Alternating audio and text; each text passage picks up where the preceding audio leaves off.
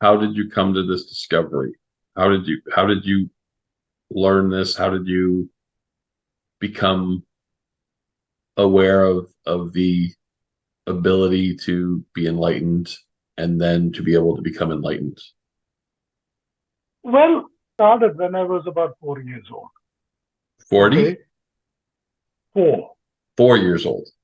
4 years old. Okay. That is when I really had my first experience of enlightenment.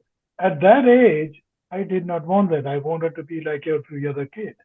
I want to be just as naughty, just as playful, just as that, just as this.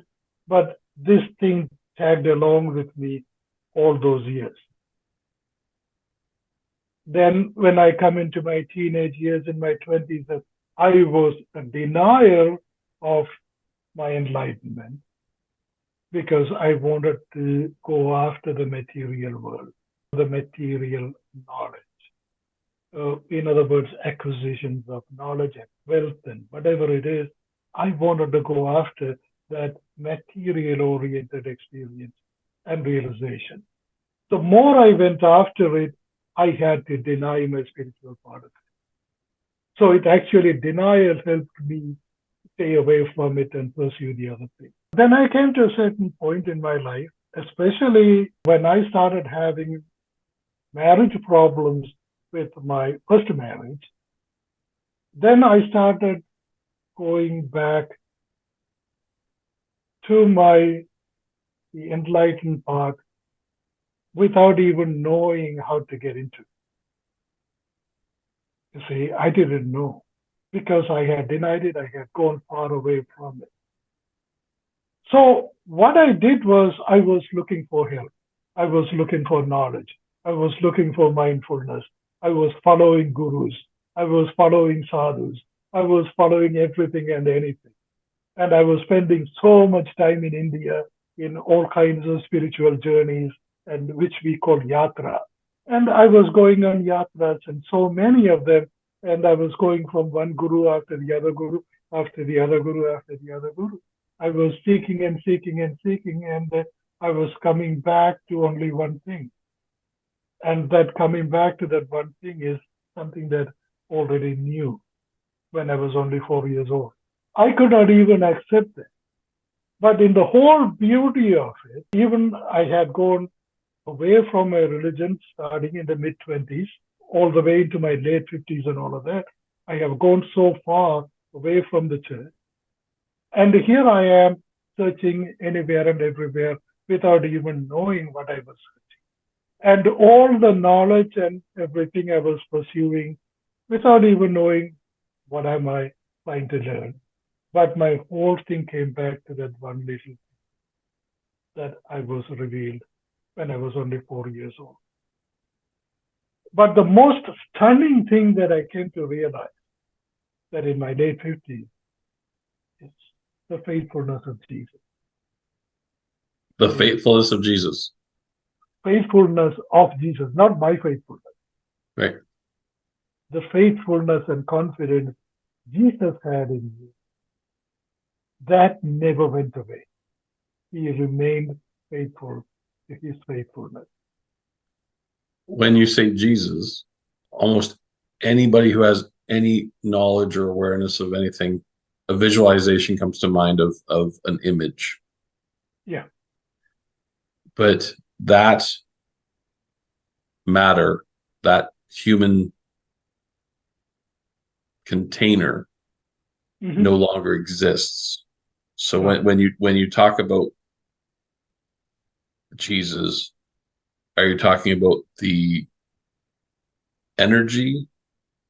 The conscious energy called Jesus.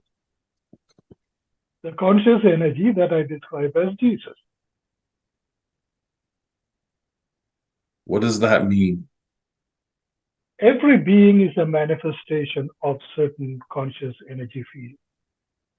That includes even your pets and your plants and your wife and your children and everybody. They are all and very individualistic manifestations of certain consciousness. Is that consciousness part of the universal consciousness? Absolutely it is. But that is consciousness. You see, your father who has passed away, if you look at him as consciousness, he still is consciousness. That consciousness still exists. You see, so whether you can relate to it or not, that's another story. I could relate to Jesus as a separate field of consciousness, as a unique field of consciousness. I can. That's where and again, I'm trying my best, but Yeah.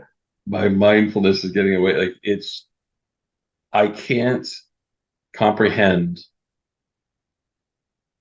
Say what you said. What Jesus is what is a separate, It's a unique embodiment of consciousness. unique embodiment of consciousness. So in all of the energy Uh-huh. in the universe, there's a designated part that's Jesus. Again, we are trying to limit it. That's what I'm saying. Like But I want. the answer is yes and no. There is a reason why I say that. Before I go into explaining exactly what it is like, you see, let me kind of introduce a new phenomenon called the black hole. We In heard the about universe, black holes in the universe. absence of everything, and nobody knows what it is, and just sucks stuff away.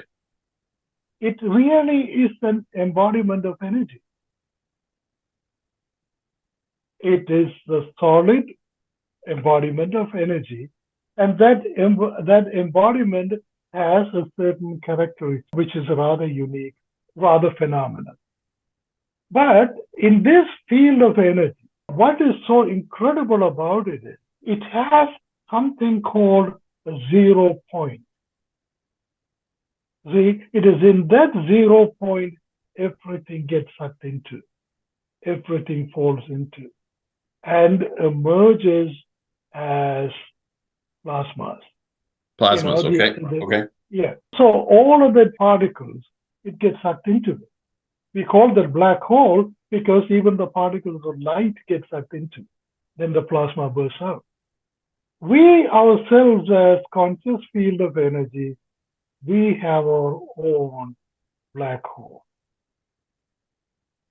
You see, we have our own embodiment of black hole that is drifting towards other black holes, like children, like wives, like friends, like that. Everybody that we have around us, they are unique embodiments of energy field, unique embodiments of black holes. And they can just come in together. And they can be in one single consciousness also. They can be in so many different ways. So you need to look at Jesus in the same way. Jesus is really, it's an embodiment of consciousness that is that powerful. But can it come towards us?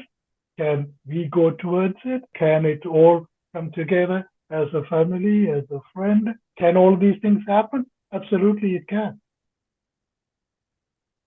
Can they coexist? Yes. Can they get sucked into each other? Yes. I'm having a difficult time with that. I don't. It's yeah. You see, when I say Jesus, we are trying to imagine Jesus as a person who happens to be God. No, You and know, that's what I was saying in the beginning. Is that's not what I want to be doing. I'm not thinking that's what you're saying to me. It's that yeah, exactly. I think that when we become energy, when we leave the human body and we become energy, we never come back to anything that's similar to the form of what we were doing. But you're saying Yeah, that when Jesus is energy, like John's energy is not defined. It's just there in the universe and existing and doing something else, whatever, moving, causing other sparks and yeah. whatnot. But and correct me if I'm wrong, you're saying that the energy that was Jesus and that is Jesus is identifiable in your Very much consciousness. so. Very much so. Yeah, that's what Very I much don't so. understand. Like that. That's You see, I mean, for instance, when you say your dad has passed away, you mentioned that, some times ago. And you said everybody says that he's around me, but I cannot grasp it because he is not around.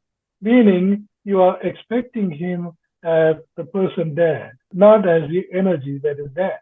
We, in our limited minds, we want to kind of conceptualize something based on relativities and connectivity of material entanglement, not energy entanglement, material entanglement. so the energy that is me, the sparks, the energy that makes up what I currently am when it transforms, when I pass human life, there will always be a part of me in that energy. 100%.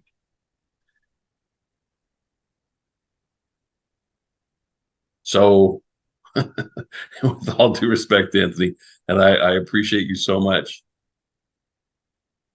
So, I'm just as special as Jesus. Like my energy can be John and be there, and you're like, John, John, call it a symbolic representation, but the Bible says you are an image and likeness of God.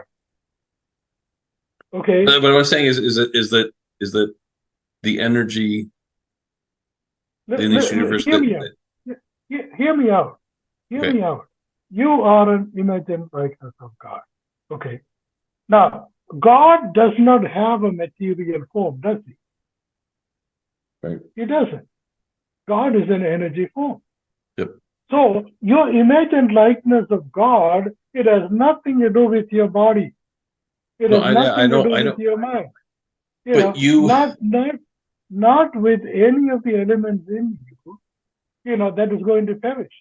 See, what you're saying John, is what you're saying is though is you connect with the energy that is God, and you connect with the energy that is Jesus. and you are the image and likeness. So, in other words, you have a very strong element of God within your own energy, the field of consciousness. You're very much a replica of what it is, because the Bible says emphatically, you are an image and likeness of the same consciousness. See, when you identify yourself as consciousness, then you are the image and likeness. So again, I want to be asking this question with respect. What does the energy of God and the energy of Jesus do for you? Millions of things. It makes us realize exactly who we are as their likeness, which is an incredible phenomenon that we are. We don't even realize that. See, that's what supreme realization is. Supreme realization is realizing that image and likeness of God that we are, nothing to do with our body, nothing to do with our mind. Our image and likeness is a replica of the image and likeness of God. Not a material replica, but the replica of energy. And when we realize of that, it's a phenomenal realization. Then your life is not as chaotic, which human mind leads us into. You're a very peaceful person. Even your presence heals other people. You're drawn to many, many people. Every element in the universe will be So drawn towards you. so all I'm sorry? all science agrees that all energy is constant, right? Like that's a accepted. Energy is infinite. Yeah. Yes. Yeah. So See, when we are saying constant, we are limiting what no, no, energy.